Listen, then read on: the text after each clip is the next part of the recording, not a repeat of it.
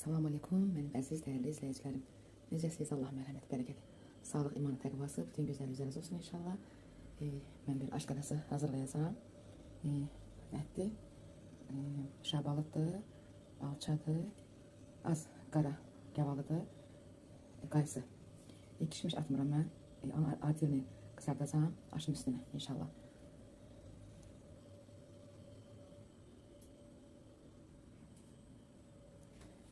Sonra da hinduşkadır, hind kuşu deyirlər də.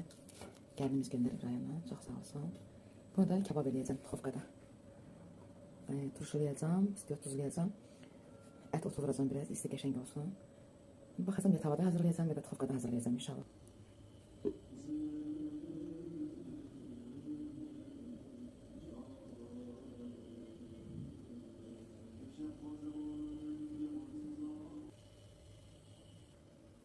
Bismillahirrahmanirrahim. Düğünü 6 istiqam düğüdü. Yudum. Suyunu da kaynamağa koymuş. Suyu da kaynıyor burada inşallah. Tuzunu atacağım. İçsini hazırlayıp çekeceğim. Hinduşkanı da tuhafkaya yerleştirdim.